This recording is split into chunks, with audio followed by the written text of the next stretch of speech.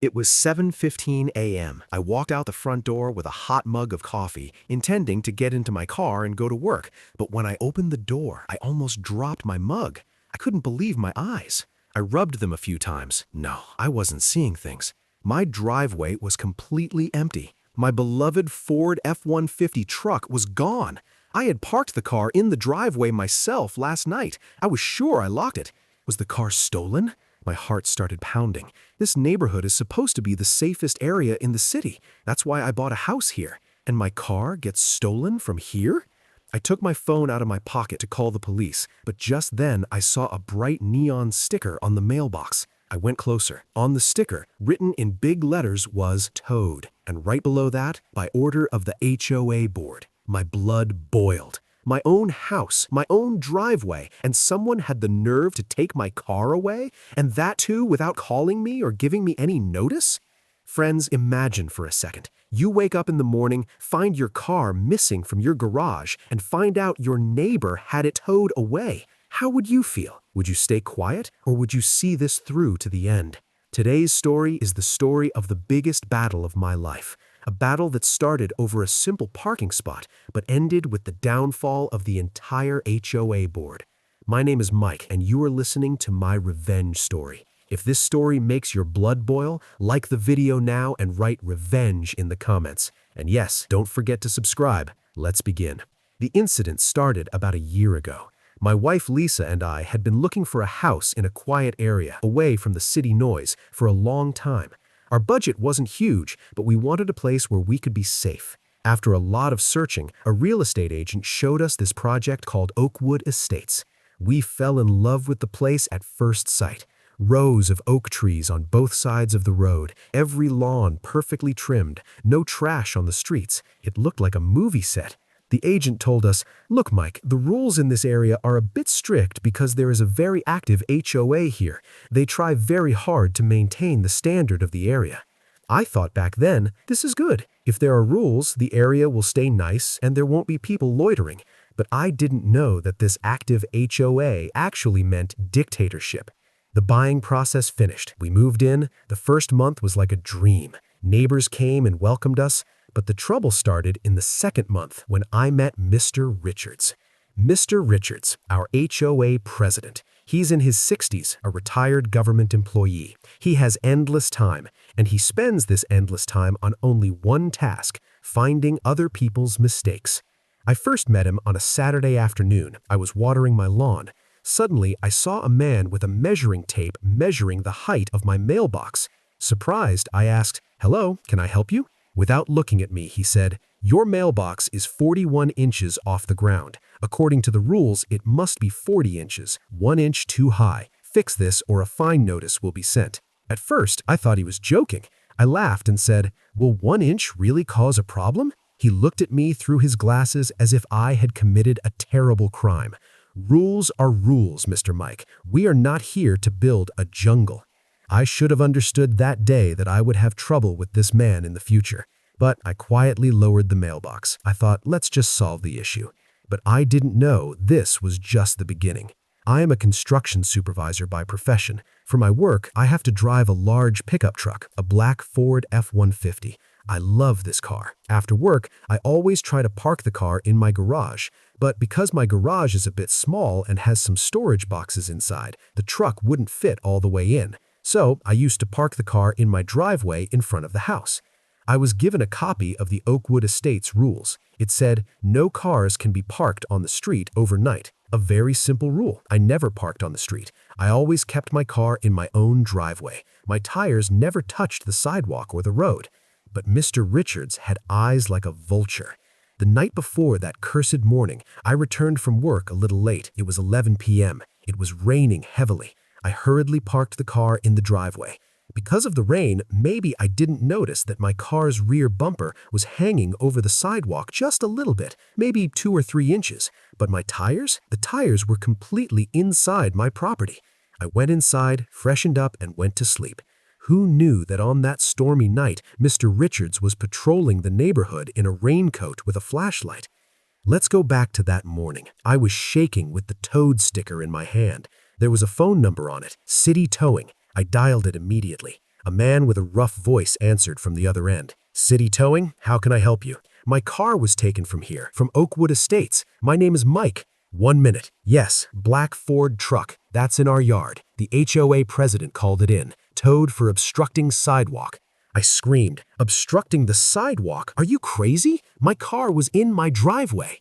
The man replied carelessly, "Sir, we have photos, and we won't release the car without a release order. You come, pay the $300 fee, and take the car. And yes, for every hour you were late, the storage charge increases by $50.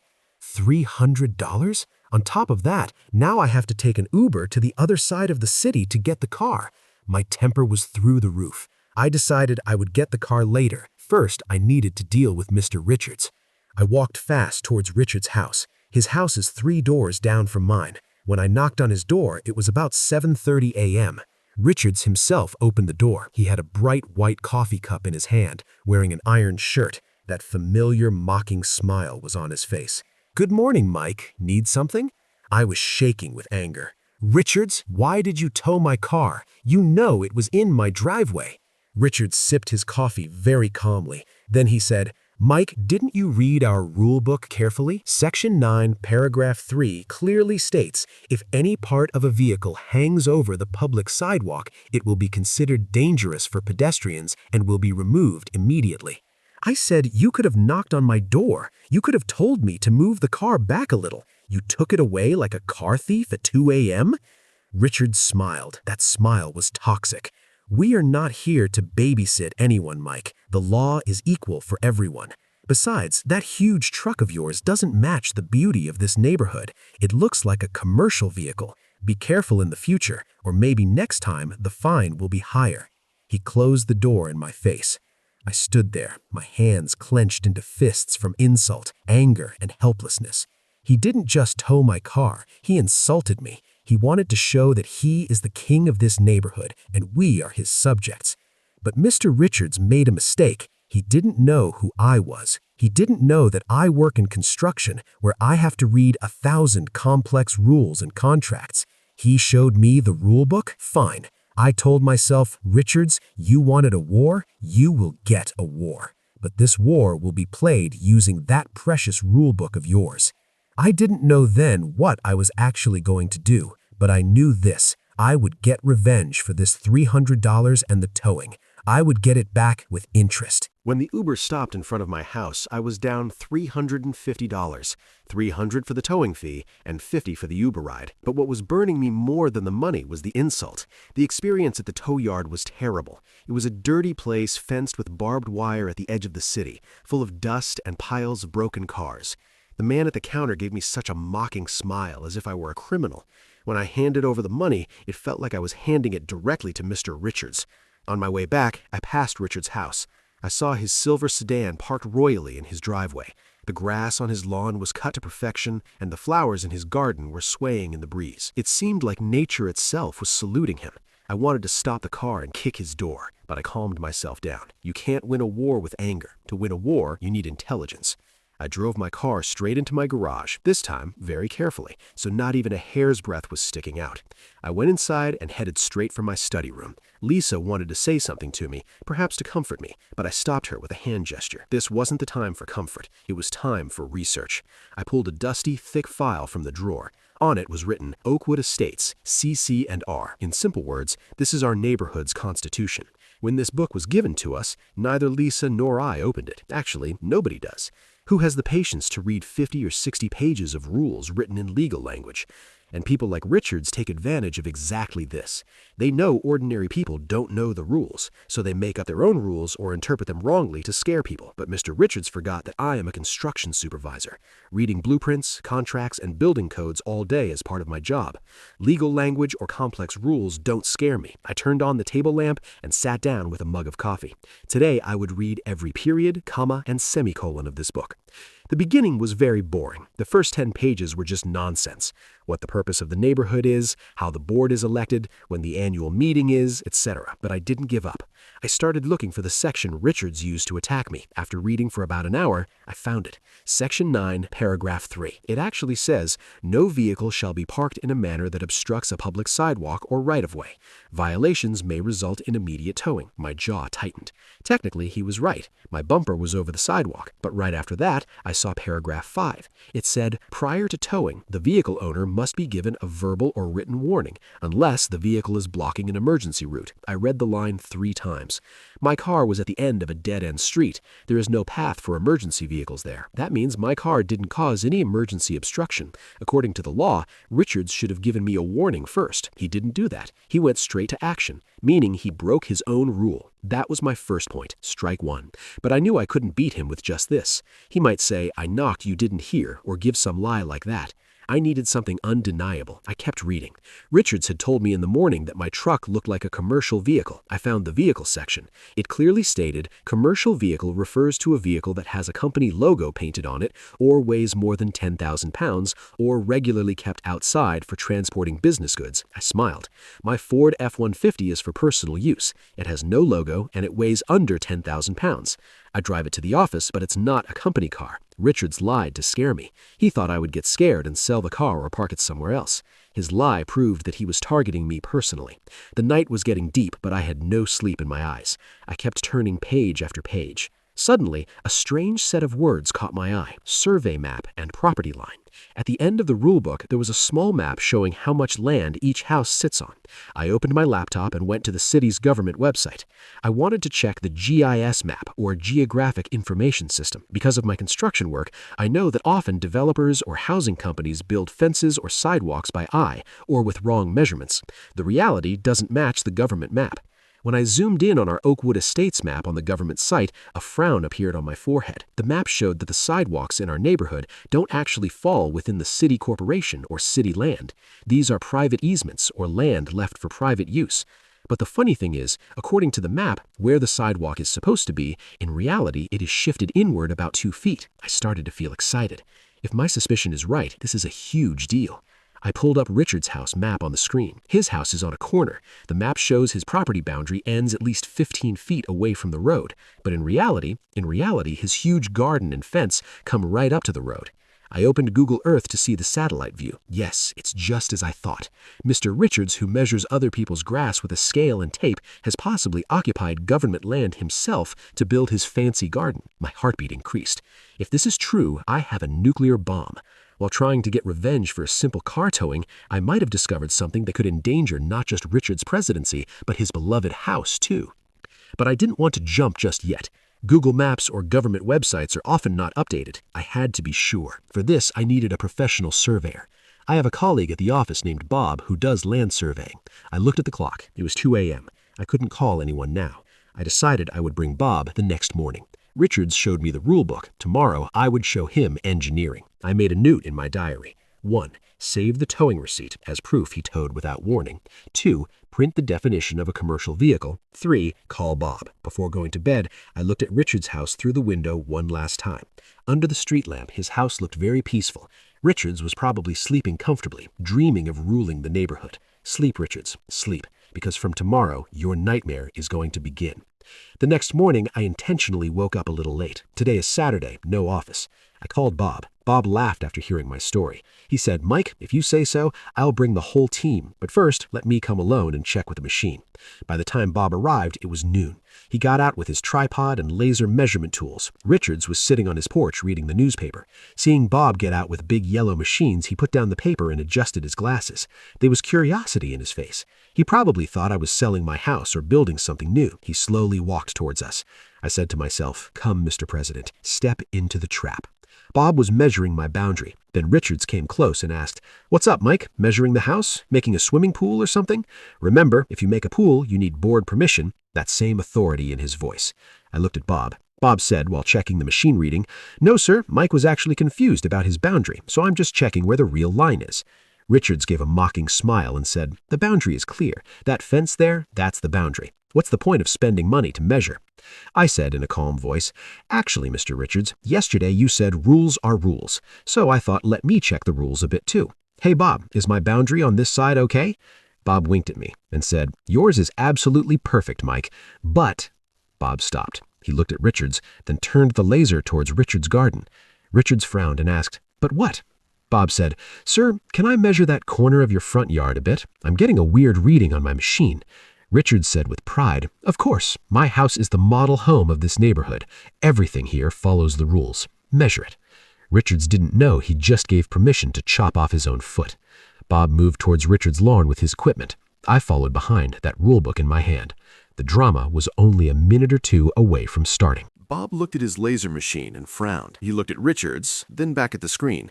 Then he took out a notebook and did some math. The air suddenly felt very heavy. Richards had been standing proudly, but seeing Bob's serious face, his smile faded. He asked impatiently, "What happened? Is there a problem with the machine? Or is my grass so thick the laser isn't working?" Richards was trying to joke, but Bob didn't smile. He slowly looked away from the tripod and looked Richards in the eye. Bob said, "Sir, the problem isn't the machine. The problem is your fence. Are you sure you placed this fence inside your legal property line?" Richards looked like he fell from the sky. His fair face turned red with insult. He shouted, "What are you trying to say? I am the president of this board. I know where my boundary is. This fence has been here since I bought the house. Are you here to teach me about my own house's boundary?" I was standing nearby, enjoying the show. Richards' voice was getting louder, which meant he was getting nervous. Bob said in a very calm voice, "Sir, I've been surveying land for 15 years. My machine never lies. According to government maps and GPS coordinates, your beautiful white wooden fence is placed exactly 8 feet outside your property line. And not just that, your beloved rose garden, all of it, and the extended part of your garage, everything is on a city easement, or government land." I knew Bob would find something, but 8 feet? That is basically stealing land, I whistled in my mind. Land is very expensive in a place like Oakwood Estates, and Richards has been using government land as his private garden for years, while fining others if their grass grows 1 inch. Richards exploded with rage. He waved his hands and said, "Impossible! This is nonsense! Get off my property right now! I know what you are trying to do. Mike, did you bring your friend to scare me? I will call the police. This is trespassing." I took my phone out of my pocket. I wasn't recording the conversation, but I signaled Bob to save all the data. I walked toward Richards and said very politely, "Mr. President, don't be angry. We were just checking the rules. You taught us that rules are equal for everyone. According to Section 9, if blocking a sidewalk is a crime, then occupying government land with a private fence is a federal crime. It would be good if you called the police. Let them come and see that you built a garden on their land." Richards froze. Hearing the word police, his shouting stopped. He realized that if the police or city council really came and measured, he was in trouble. He gritted his teeth and said, "Mike, you are making a big mistake. Don't mess with me. If you want to live in this neighborhood, you have to follow my rules." Bob said while packing up his equipment, "Sir, I will upload this data to the official server because according to my surveyor license, if I see a violation and don't report it, my license can be canceled. So this record will go into the government system now. Good day, sir." We left Richard standing confused in his illegal garden. Back in my garage, Bob said, "Mike, do you know what you have found? This isn't just breaking HOA rules. It's a violation of city laws. That 8 feet of space is actually for underground utility pipes or gas lines. Building a concrete fence or garage on top of it is completely illegal. If the city council finds out, they won't just break the fence. They will fine Richards thousands of dollars, and until he removes it, he will have to pay a fine for every single day." I hugged Bob. My $300 fine was about to turn into a $30,000 nightmare for Richards. That afternoon, I didn't sit around. Richards might try to use his power to stop Bob's report or manipulate other HOA board members. I had to strike before that. I sat at my laptop and opened the city's Code Enforcement Department website. There's an option to file a complaint online. I filled the form very carefully. Type of complaint, illegal structure and encroachment on government land. Name of accused, Mr. Richards. I attached the digital copy of the map Bob gave me and photos of Richards' fence and garage. In the description box, I wrote, "Homeowner has built a permanent structure on the city easement area, which is a threat to public safety." My fingers weren't shaking when I clicked the submit button. Instead, I felt a strange peace. Richards taught me that you get punished for small mistakes. Now let's see what the punishment is for a big mistake. Sunday passed like the silence before storm. Richards wasn't seen coming out of his house. All his window curtains were drawn. He was probably talking to his lawyer or looking through old papers, but I knew no paper could save him because Bob's machine doesn't make mistakes and satellite maps don't lie. On Monday morning on my way to the office, I stopped my car in front of City Hall. I didn't want my online complaint to get buried under files. I wanted to talk to an inspector in person. After waiting for about an hour in the reception, I was called. The inspector was a middle-aged woman named Mrs. Green. She looked at my file, looked at Bob's map, then lowered her glasses to the tip of her nose and looked at me. She said, "Mr. Mike, are you sure this map is correct?" I said, "Ma'am, this is a state-licensed surveyor's report. You can send your people to check if you want." Mrs. Green typed Richards' address into her computer. After a while, her eyes went wide. She said, "No permission was taken for a garage extension at this address in the last 20 years? Yet the satellite image shows a structure there. And yes, it is clearly over our drainage line." Mrs. Green smiled at me. That smile wasn't cruel like Richards' smile. It was the smile of a government employee who just found a huge fine case. She said, "Thank you for bringing this to our attention. We usually don't peek into private property unless someone complains, but a concrete structure over a gas line? That is very dangerous. We will send an inspector today." I left the office with a smile of victory. I felt like I had won a war. But I knew the real drama was left. When the inspector knocks on Richards' door, I must be there to see it. I called my office and said I was sick and wouldn't be coming in today. I went straight home, put a comfortable chair on the porch, took a packet of popcorn, and started waiting, because I knew the city car would arrive any moment. Around 2 p.m., a white government van stopped in front of Richards' house. Written on the van was City Code Enforcement. 2 men got out of the car. They had clipboards, cameras, and measuring tape in their hands. They went straight toward Richards' illegal fence. I watched from a distance as Richards came out of his house. He wasn't wearing his iron shirt anymore. He was wearing an undershirt and shorts, his hair messy. He was waving his hands, trying to explain something to the inspectors, but the inspectors weren't listening to him. They were taking photos, measuring with tape, and taking notes on their clipboards. Richards looked like he was about to have a heart attack. He looked toward my house once. I raised my bowl of popcorn and gave him a salute. He understood who started this game and who was ending it. The inspectors investigated for about half an hour. Before leaving, they stuck a big orange sticker on Richards' garage. I know what that sticker means. Unsafe structure, do not occupy, or notice of violation. That orange sticker was the answer to my toad sticker. That orange sticker didn't last long on Richards' garage door. Exactly 10 minutes after the inspectors left, I saw Richards frantically scratching the sticker off with his fingernails like a madman. Even though tearing down a government notice is another crime, Richards had lost all sense of reason. He knew that if anyone else in the neighborhood saw this sticker, his reputation would be ruined. He tore off the sticker, crumpled it into a ball, threw it on the ground, and looked straight at my porch. I was still sitting there. Our eyes met. I didn't see fear or regret in his eyes. I saw only the fire of revenge. He pointed a finger at me and said something, but I couldn't hear it because of the glass door. However, his body language was saying, "You started the war, but I will finish it." I smiled and went inside. I knew he wouldn't sit quietly. A wounded ego is more dangerous than a wounded tiger, and Richard's ego was bigger than his house.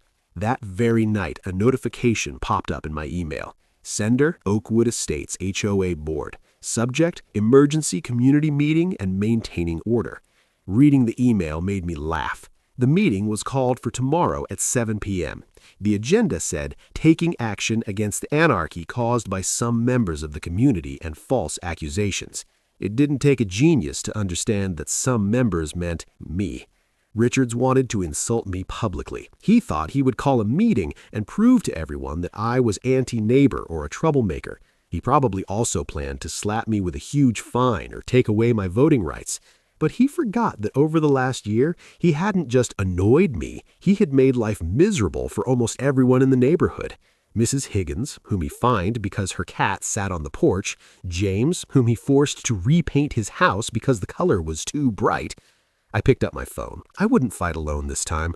I called Mrs. Higgins, James, and a few others. I told them, "Don't miss tomorrow's meeting. Richards wants to isolate me, but tomorrow I will show you something you won't believe." Everyone agreed, because everyone wanted to see Richards fall. The next day, the community hall filled up before 7 p.m.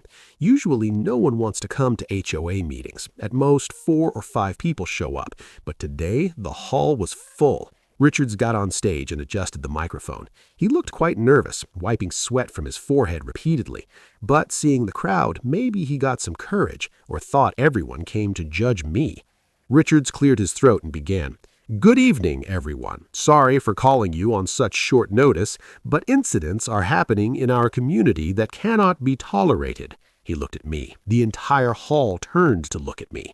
Richards continued, some people are creating unrest in our peaceful neighborhood for their personal interests. They are misleading the city council with false accusations, defaming good people. I don't want to name names, but you know whose car was towed last week for breaking the rules. To satisfy that grudge, he is now personally attacking board members. Richard's way of speaking was very clever. He was presenting himself as the victim. He said, the board has decided that strict action will be taken against those who create false legal trouble against board members without reason. We propose that Mr. Mike be banned from community center privileges for the next 6 months and fined $1,000 for harassment. A murmur started in the hall. $1,000 fine? That's unfair. Some looked at me with sympathy. Richards thought he had won. He slapped the table and said, does anyone have any objection? If not, we will go to a vote. Just at that moment, I raised my hand. Mr. President, I have something to say. Richards said, annoyed. Mike, this isn't a debate club. If you have something to say in your defense, finish it in 2 minutes. I stood up calmly. I had a file and a pen drive in my hand. I didn't go to the podium. I stood in my place. I said loudly, Mr. Richards, you are absolutely right. Those who break rules should be punished. You towed my car because he was supposedly obstructing the sidewalk. I accepted that and paid the fine. But Article 4 of the HOA bylaws or Constitution says, if any board member is involved in any illegal activity or has a major code violation on their own property, they lose the eligibility to remain president. Richard's face turned pale. He stammered, What are you trying to say? I have no violations. I'm the role model of this neighborhood. I laughed. Role model? Really? I took out the photo of the orange sticker and a large printout of Bob's survey map from my file and held them up. Look, everyone, this was on Mr. Richards' garage door yesterday. Notice from City Code Enforcement. For the last 15 years, Mr. Richards has illegally extended his garage and garden over our neighborhood's common area and the government drainage line. He fines us for 1 inch of grass, yet he has himself stolen 8 feet of city corporation land. Pin-drop silence fell over the hall. Everyone stared at the picture with their mouths open. Richard screamed, Lies! That's photoshopped! Mike is trying to frame me. I then took out the official letter Mrs. Green gave me. Mr. Richards, this isn't Photoshop. This is a letter with the City Council's seal. It clearly states that your garage is unsafe and illegal. You have to tear it down at your own expense within the next 30 days, or else you will be fined $500 every day. I handed the copy of the letter to James, who was sitting in the front row. James read it and his eyes went wide. He said, My God, this is true. Richards, you teach us rules all the time and you're occupying government land? In a moment, the atmosphere in the hall changed. Those who were silent until now exploded. Mrs. Higgins stood up and said, You fined me $100 for my cat and you built an entire illegal garage? Another person said, Are you paying legal fees with our money? We want this board's resignation. Richards grabbed the microphone and tried to control the situation. Everyone calm down. This is a misunderstanding. The city council made a mistake. I'm talking to my lawyer. This is a conspiracy. But no one was listening to him. Everyone started shouting together, Resign! Resign! Richards was sweating profusely. His stage drama had boomeranged back at him. He looked at me. There was no anger in his eyes now, only the terror of defeat. He realized his reign was over. Standing in the crowd, I just said, Mr. Richards, rules are rules, remember? The meeting practically ended right there. There was no vote, I wasn't fined. Instead, other board members, who had been silent out of fear of Richards for so long, announced that a new election would be held next week. Richards fled through the back door, humiliated. That night, there was a festival mood in the neighborhood. James and a few neighbors came to my front yard to thank me. They said, Mike, none of us had the courage to do what you did. You are our hero. But I knew the story wasn't over. Richards was humiliated, but he hadn't given up yet. His illegal garage was still standing. and I know he'll try to save this garage with every last bit of power he has. Maybe he'll contact a political leader or produce some fake paper, but I'm ready. I checked the city council website and saw that Richards filed an appeal this afternoon. He claimed that his garage is illegal under the grandfather clause or old laws, meaning he's going for a legal battle. He doesn't know that I'm in the construction line. I know when the grandfather clause applies and when it doesn't. No clause applies to illegal occupation. The next 2 weeks were like a Cold War. Expensive cars started coming to Richard's house. Lawyers, consultants, and who knows who else. He was probably spending thousands of dollars just to save his ego. Meanwhile, I wasn't sitting quietly either. Bob and I found the original 1950 map from the old city archives. It clearly showed that the area on Richard's property was always a public drainage line. This map was the final nail in the coffin. The city hearing day was set for the last Friday of the month. Richards versus City Council, and I was the witness. On the morning of the hearing, when I took out my truck, I saw Richards leaving too.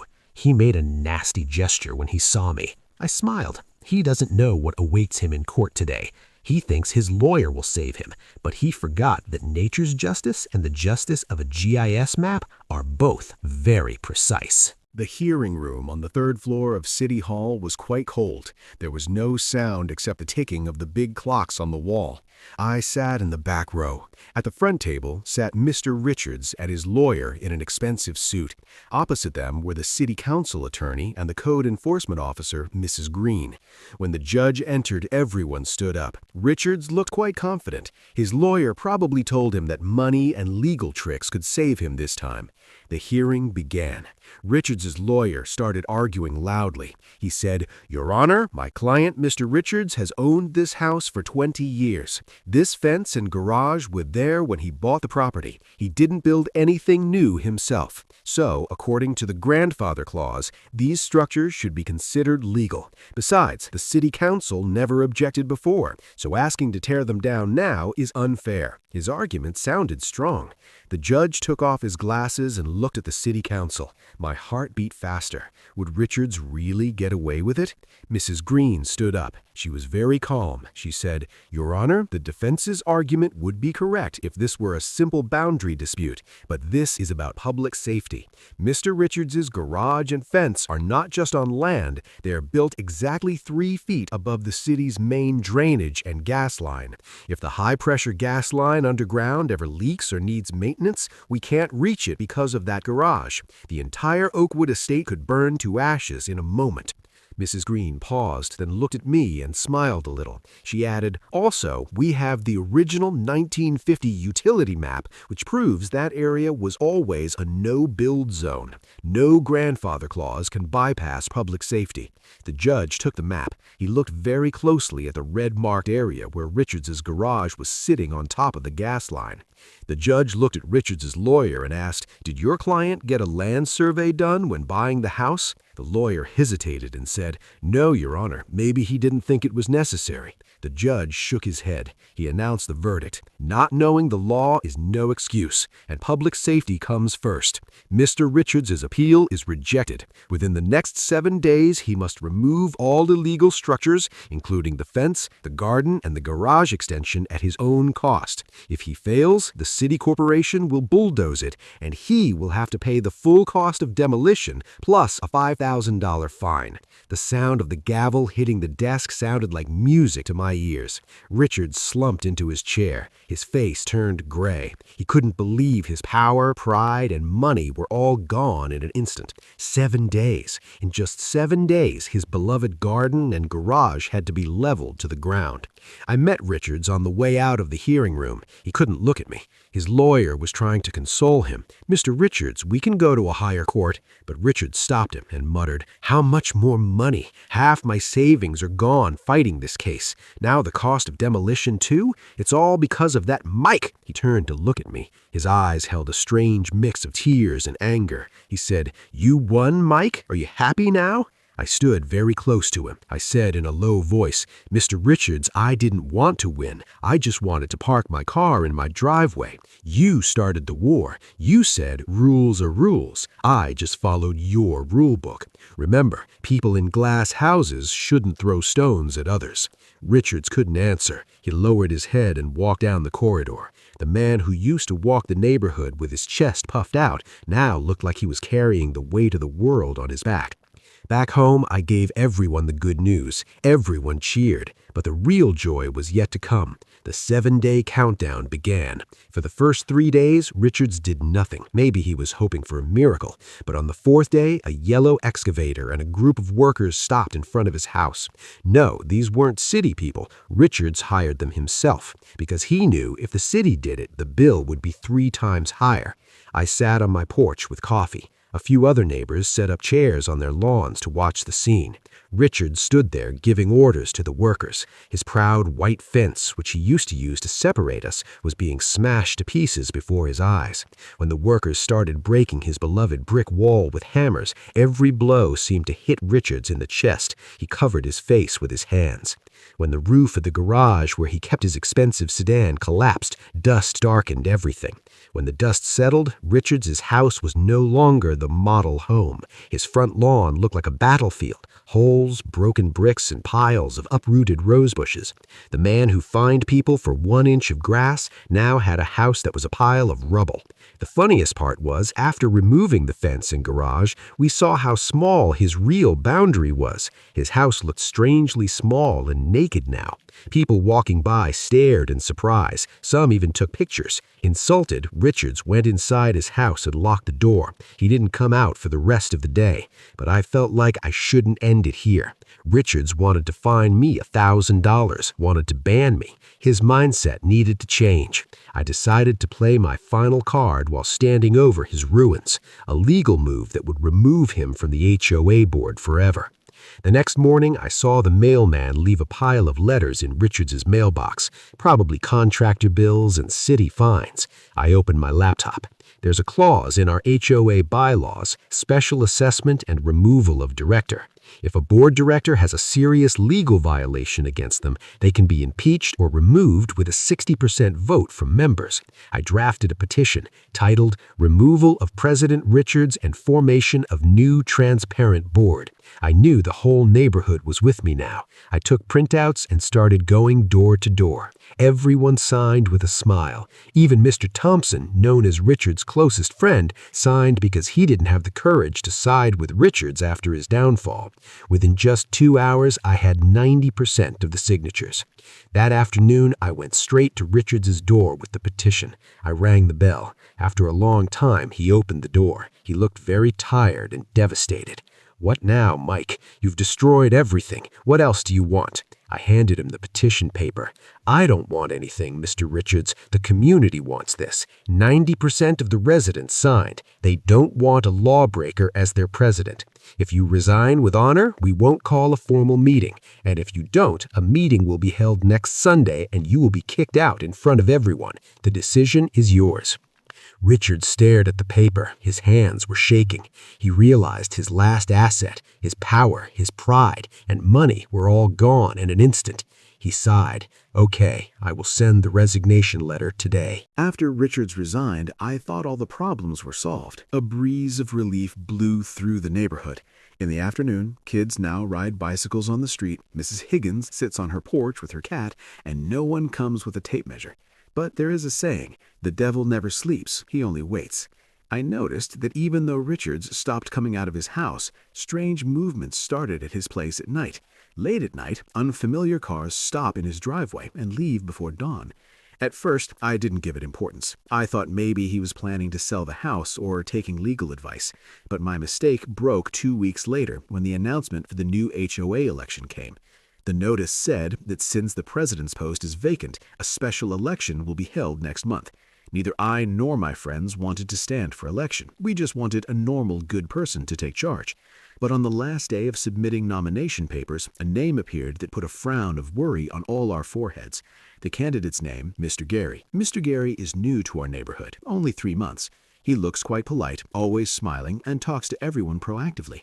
Apparently, he seems like a very good man. He started campaigning that he wants to make the neighborhood safe and beautiful. His slogan was, "Make Oakwood Great Again."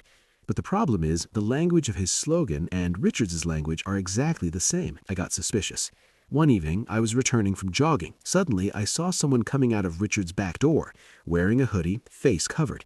But his walking style looked familiar to me. The man walked fast and got into a car parked at the street corner. Under the streetlight, I saw his face for a moment. It was Mr. Gary. My blood ran cold. Richards resigned, true, but he doesn't want to give up his power. He knows he can't win himself anymore, so he is using Gary as his puppet. If Gary becomes president, Richards will actually pull all the strings from behind, and then their first target will be me. From the next day, strange rumors started spreading in the neighborhood. Someone was distributing anonymous leaflets. The leaflets said, "Mike is actually a troublemaker. He destroyed an elderly man's, Richard's, house out of personal grudge. He is actually an agent for a construction company. He wants to break all our fences to get new contracts. Because of him, our property value is going down." People are swayed by hype. Some of those who thought of me as a hero a few days ago now started looking at me with suspicion. Mrs. Higgins told me, "Mike, I heard you were checking if our fences are legal too. Will you get us fined as well?" I felt like I fell from the sky. "Mrs. Higgins, these are all lies. Gary and Richards are spreading these together." But the poison had already spread. Richards' plan was working. He wanted to make me the villain and Gary the hero. I realized if I stayed quiet, Gary would win the election, and if Gary won, Richards would return, and then my life would become hell. They would watch my every step, check every brick of my house. I called my friends, James, Bob, and a few others. I said, "Friends, the war isn't over. This was just an interval. Richards has started a proxy war. We have to counterattack now." James said, "But what can we do? Gary has no bad reputation. He's new. He has no scandals." I said, "Every person has a past. Gary came here 3 months ago. Where was he before? Why does he meet Richards secretly? We have to check his background." We started the mission. Bob used his surveyor network to find Gary's previous address. I searched the internet for his social media profiles. For 2 days, we found no clues. It seemed like the man named Gary didn't exist 3 months ago. But on the third night, Bob forwarded me an email. The subject line read, "Jackpot." Bob found out that in the state where Gary's lived before, he was also the treasurer of an HOA. And the funny thing is, he was expelled from that HOA on charges of fund mismanagement or embezzlement. Although there was no police case against him because he returned the money and settled, his record is black. Bob managed to get a copy of the meeting minutes of that old HOA. It clearly says Mr. Gary used $5,000 of community funds for personal use. I looked at the screen and smiled. Richards thought he was very clever. He chose someone whose nature is just like his, a thief. Birds of a feather flock together. If I can publish this document the day before the election, Gary's mask will fall off. But the problem is, the election is only 4 days away, and Gary has already gained 70% support with his sweet words. I have to move very carefully. I decided I wouldn't publish this document directly. I want Gary to admit it himself, or make a mistake so everyone can see his true colors. The next evening, Gary organized a town hall meeting or election rally. Everyone was present at the community center. Richards didn't come. He's smart. He stayed in the background. Gary was giving a very nice speech on stage. "I want peace to return to our neighborhood. I don't want anyone suing each other. If I am elected, I will simplify all rules." Everyone clapped. I was sitting in the back row. When the speech ended, the Q&A session began. I didn't raise my hand. I signaled James. Our plan was set. James stood up and asked with a very innocent face, "Mr. Gary, I liked your words very much, but a small question. Which city did you live in before, and were you involved with any community service there?" Gary stumbled a bit. Maybe he didn't think anyone would ask about his past. He smiled and said, "Oh, I lived in Texas. I lived a very simple life there. Wasn't in any charge." Lie. A blatant lie. I took my phone out of my pocket. Our community has a Facebook group where everyone is watching the live streaming. I posted the photo of the document sent by Bob, where it says Gary was treasurer and stole money. In the comments section of the group, I captioned it, "Mr. Gary says he wasn't in any charge. Then what does this document from Texas say? Expelled treasurer for stealing $5,000 now wants to be our president?" As soon as I posted, notification tones rang on several people's phones present in the hall. One person looked, then whispered and showed the person next to him. Soon, murmurs started throughout the hall. Gary was still smiling on stage. He didn't understand what was happening. Suddenly, someone stood up and said, "Mr. Gary, did you live in Greenwood Estates in Texas?" The smile on Gary's face faded. He said, "Yes, but why?" The man shouted, "Because proof has come on Facebook that you were expelled from there for stealing money. Why are you lying?" In a moment, Gary's carefully arranged garden was destroyed. He stammered, No, that was a misunderstanding. That's a conspiracy." But it was too late. I stood up. I knew now was the time for the final blow. I said, "Not only that, we also know whose man you are. You meet with Richards every night. You two were planning to loot our funds together, right?" Gary got angry this time. He shouted, "How dare you? What proof do you have that I meet Richards?" I said in a calm voice, "Proof? My car's dash cam. From my driveway, Richard's back alley is visible. I have footage for the last 7 days, showing you entering his house at 12 a.m. and leaving at 4 a.m. Actually, my dash cam didn't have anything that clear, but bluffing was necessary. Gary stepped into the trap. He went silent in fear, because he knew it was true. His silence was the confession of his guilt. After the incident at the meeting, Gary practically vanished. The next morning, a for sale sign was seen hanging in front of his house. Richards' master plan had collapsed like a house of cards, but I knew that when a snake is cornered, it becomes the most poisonous. Richards wasn't just an angry neighbor anymore. He was a humiliated, defeated, and desperate man. He had no garage, no power, and no respect, and he blamed me entirely for his situation. I knew he wouldn't sit quietly. So I increased security at my house. I installed new high-definition night vision cameras and motion sensor lights. I told Lisa to be careful. The whole neighborhood felt tense. Everyone knew something was about to happen. Richard's house looked like a haunted house now. The windows were closed day and night. Only occasionally, late at night, could you see the shadow of someone pacing restlessly inside his room. 3 days passed with no incidents. I thought maybe I was worrying too much. Maybe Richards had accepted defeat. It was Friday night. Lisa and I went to sleep a bit late after watching a movie.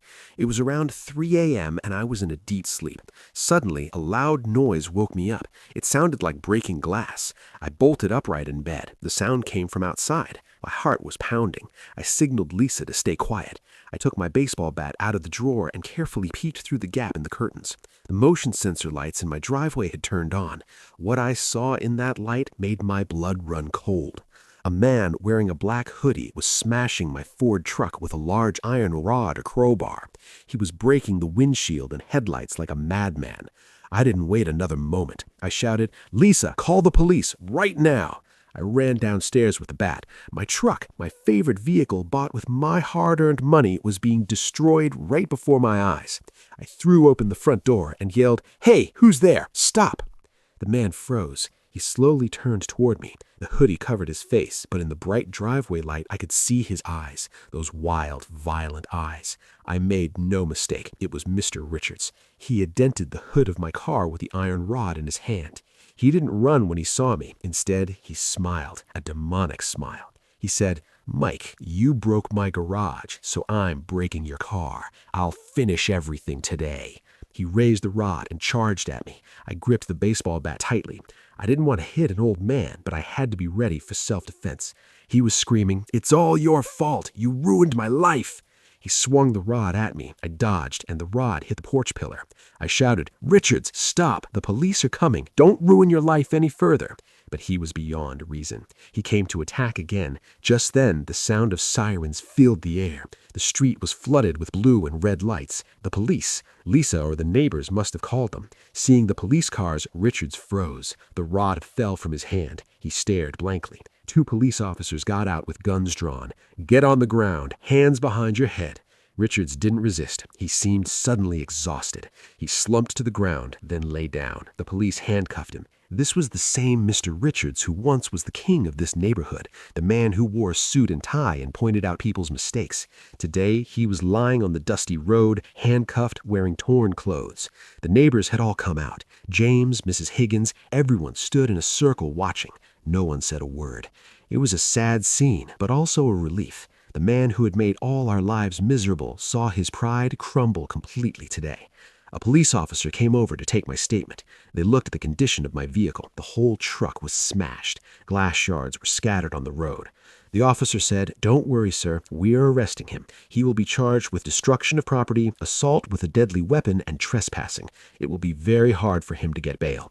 As Richards was being put into the police car, he looked at me one last time. There was no fire in his eyes now, only emptiness. He realized that he hadn't just broken my car, he had driven the final nail into the coffin of his own future. Tearing down his garage was a civil matter, but today's incident was a criminal offense. He could go to jail now. After the police left, everyone gathered around me. James put his hand on my shoulder. "Mike, I'm sorry about your car, but at least the nuisance is gone." I looked at my broken truck. Yes, I had lost something. Insurance might cover it, or maybe not, but what I had achieved was worth far more than this car. I had freed our neighborhood from a dictator. I told everyone, "Go home and get some sleep. From today on, no one will tell you to cut your grass by the inch. Oakwood Estates is free." As everyone was leaving, the morning light began to break. I looked at the street and thought, the war is over. But there was one task left, ensuring Richards faced justice and bringing this story to a positive conclusion.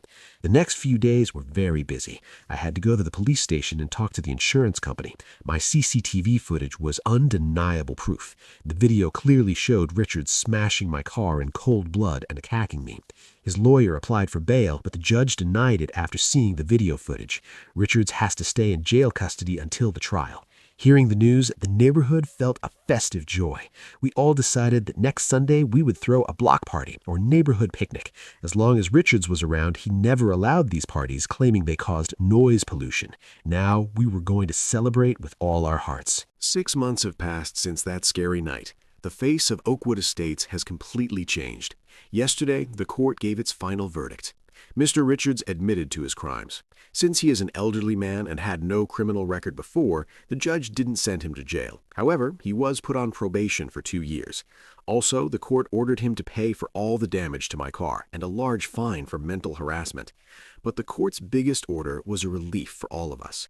Richards has been banned from this community forever. He had to sell his beloved house and leave the area within 30 days. I heard he now lives alone in a small apartment on the other side of town. His pride, his power, his decorated garden, he lost everything and has nothing now. A young couple bought his huge house. They have 2 cute kids. Richard's terrible fence is gone now. The kids play freely on the lawn, and if their ball accidentally comes into my lawn, no one comes to find them. My new Ford truck now stands proudly in the driveway. No one comes with a tape measure anymore to see if the tire is touching the sidewalk. With the insurance money and the compensation from Richards, I bought an even newer model than before. This isn't just a car to me, it is a symbol of my victory. But the biggest change has come to our community. Yesterday, Sunday, we had that long-awaited block party. James brought his barbecue grill and Mrs. Higgins made her famous apple pie. We all sat on chairs in the middle of the street. Music was playing and kids were running around. Neighbors who used to be too scared to talk to each other are now like one big family. We all voted and formed a new HOA board, but this time there is no single president. We made a committee of 5 people, which we named community caretakers. I am in that committee too. Our rules are no longer for punishing people, but for helping them. For example, if someone's grass gets long, we don't fine them. Instead, we check if they are sick, and if needed, we cut the grass for them. During the party, I stood on my porch with a mug of coffee. James came and stood beside me. He said, "Mike, did you ever think things would go this far, starting from a simple parking ticket and ending with Richard's downfall?" I smiled and said, "James, this was never about parking. This was about respect. Richards forgot that power makes people blind. He thought he was the law, but he didn't know that real strength isn't in rules written in books, but in people's unity." James nodded in agreement. We both looked at the quiet afternoon. The sun was setting, the sky was orange. This is the same sky, the same neighborhood, but the air feels much lighter today. The dark cloud of fear has passed. I realized that peace doesn't come automatically. Sometimes you have to fight for it. And if that fight is right, victory is certain. Before ending the story, I want to tell you one thing. I learned something from this experience. Never tolerate injustice silently, whether it is a boss at the office, a thug on the street, or a grumpy HOA president. They will scare you, show you rules, and try to make you feel small. They will think you are weak, but remember, if you are honest and right, stand up. At first, you might be alone, but when you raise your voice against injustice, you will see people like James, Bob, and Mrs. Higgins standing beside you. And remind those who want to hurt others using rules or laws, the person who makes the rules must follow them too. Richards got caught in his own trap. So think twice before fighting with a neighbor or putting someone down, because you don't know who you're messing with. Maybe that quiet guy will become the cause of your downfall, just like I was for Richards. Friends, this was my HOA revenge story. How did you like the story? Did Richards deserve this punishment, or should it have been harsher? Let me know your opinion in the comments. I read every single comment. Also, do you have an annoying neighbor, relative, or boss in your life who bothers you? If so, share that story with us in the comment box. Who knows, maybe in the next video, we will tell your story to thousands of people. If you liked the video, don't forget to give it a like, because your like encourages me to make new videos. Share it with your friends so they can be aware of their rights too. And if you're new to the channel, subscribe right now and hit the bell icon, because more thrilling true stories are coming up. Until then, stay well, stay healthy, and speak up against injustice. See you in the next video. Bye-bye.